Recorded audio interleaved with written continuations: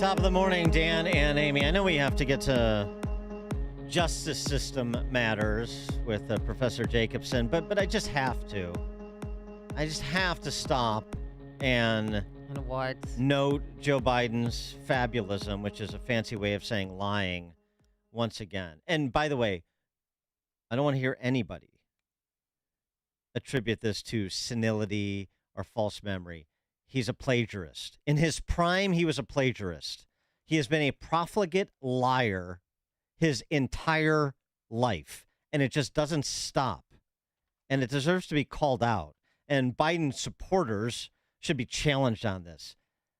I mean, and I get that Trump is hyperbolic and excesses, but he doesn't say that he witnessed a bridge collapse that he didn't witness. He doesn't say he was in New York the day after 9/11 when he was in D.C. I mean, He doesn't the lies say go on and on. He doesn't say that he was born before his grandfather died when he was born a week after, and use that again. All of these are part of apocryphal stories he tells to ingratiate himself. It's really unseemly, to be generous. And so National Security Council John Kirby had to defile himself yet again. Is there no low to which John Kirby will not sink these days? Didn't used to be the case. Pathetic. John Kirby asked about Joe Biden's recent foray of untruths.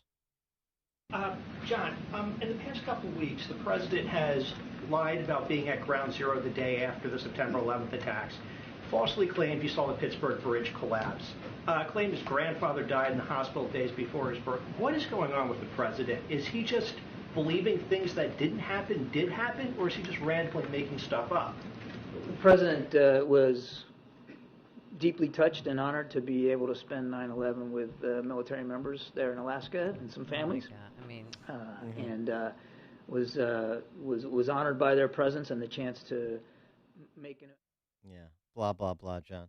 And then yesterday in Maryland, when he's talking about Bidenomics, something that's also fictional. and everybody just wanted to get his reactions to the indictment, but yeah. I taught at the University of Pennsylvania for 4 years, and I used to teach political theory. And folks, you always hear every generation has to fight for democracy. Did he? What class did he teach now? I taught political theory at University of Pennsylvania. He was a honorary member of the faculty, an honorary member with a phony think tank where he stashed classified documents, you'll recall. He never taught anything. It's just so tight. I mean, it really is tiresome, honestly. It's embarrassing, this Commander McBragg routine that he does all the time. And he really should be publicly shamed over it. Professor William Jacobson is a clinical professor of law and director of the Securities Law Clinic at Cornell Law School. He's also the founder of LegalInsurrection.com, and he's president of the Legal Insurrection Foundation. Professor Jacobson, thanks for joining us again. Appreciate it. Thank you for having me on. Thank you for giving us the time to indulge my little tirade as well. And now we'll move on to matters related to the justice system, like Hunter Biden's indictment. The beginning of an investigation after 5 years, or the end of one, do you think, Professor? Well, I think it's probably the end of it. I think this is all he's ever going to be charged on is the gun charge, and he pleaded not guilty to some relatively minor tax charges, which had been reduced by the government. Anybody else would have been charged with a felony.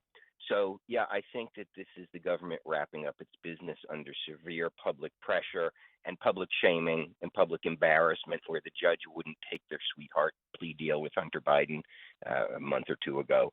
So, yeah, I don't see them going beyond that. It's going to be up to House committees.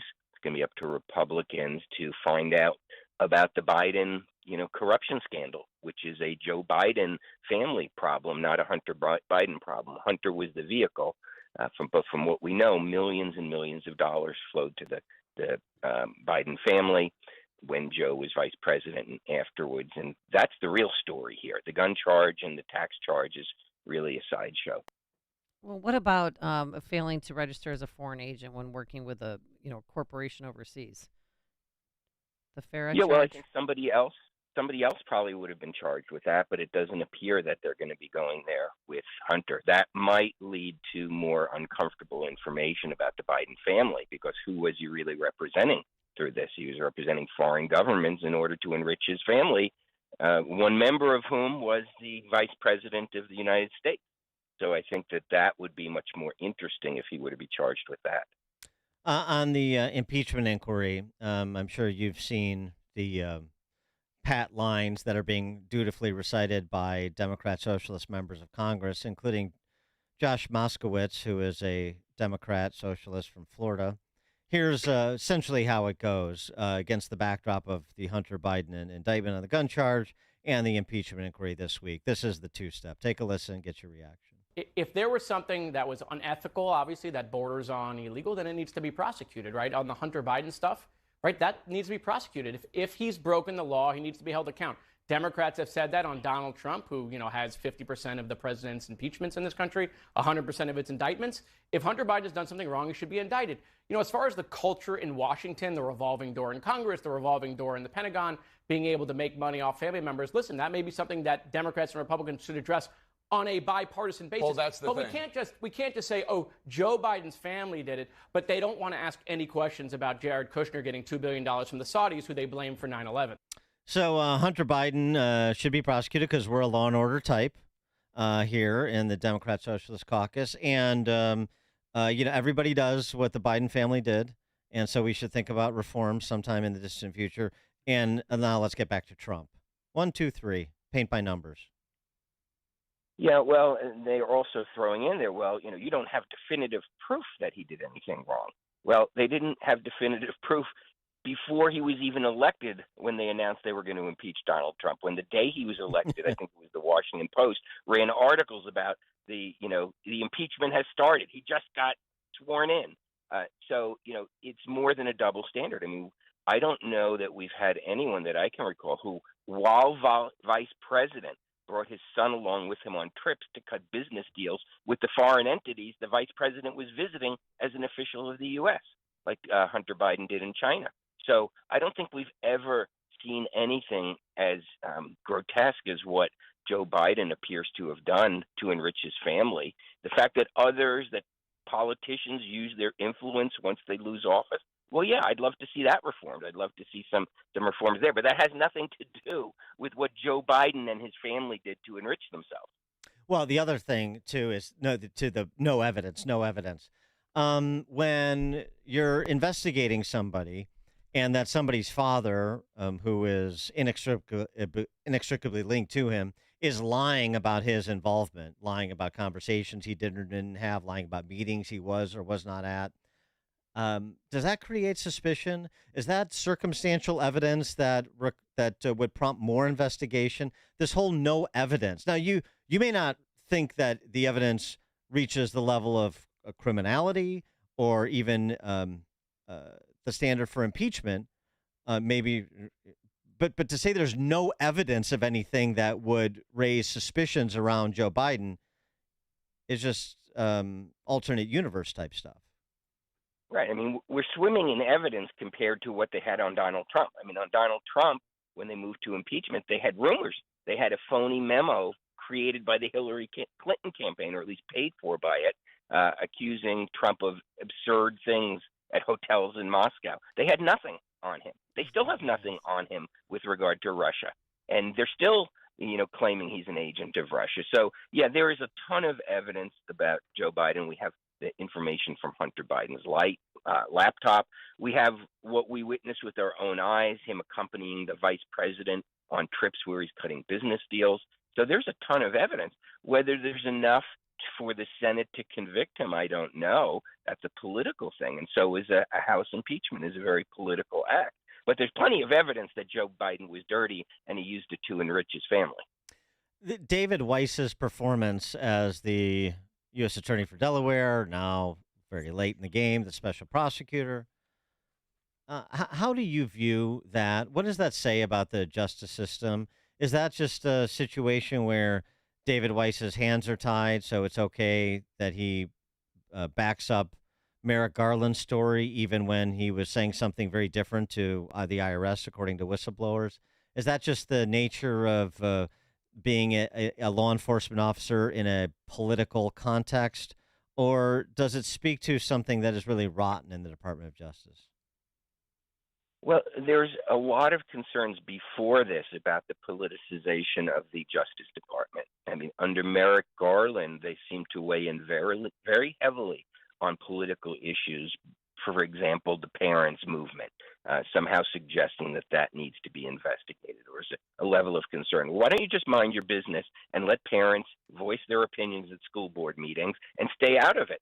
And if a parent gets unruly at a school board meeting, that's something the local cops can deal with, or the local prosecutors. Why is the Department of Justice always seeming to weigh in on political topics?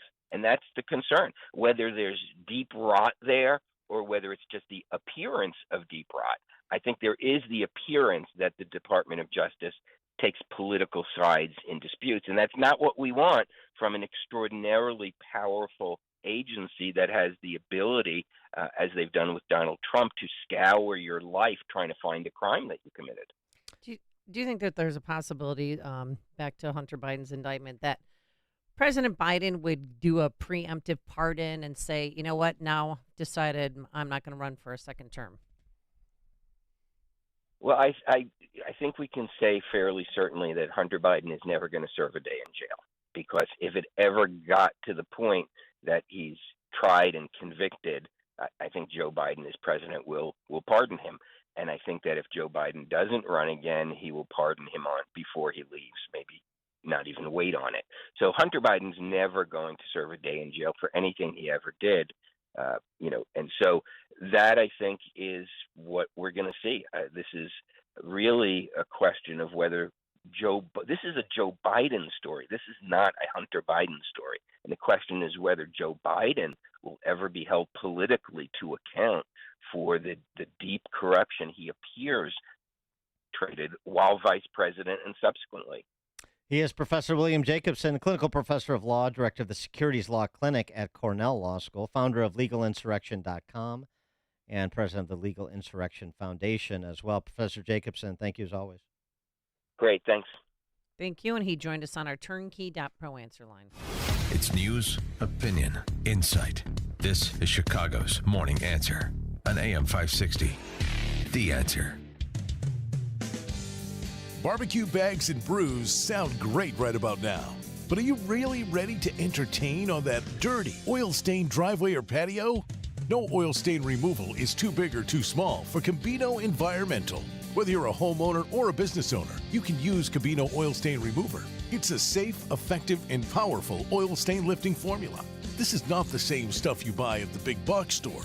This is a concentrated, all-natural stain lifter that goes deep into the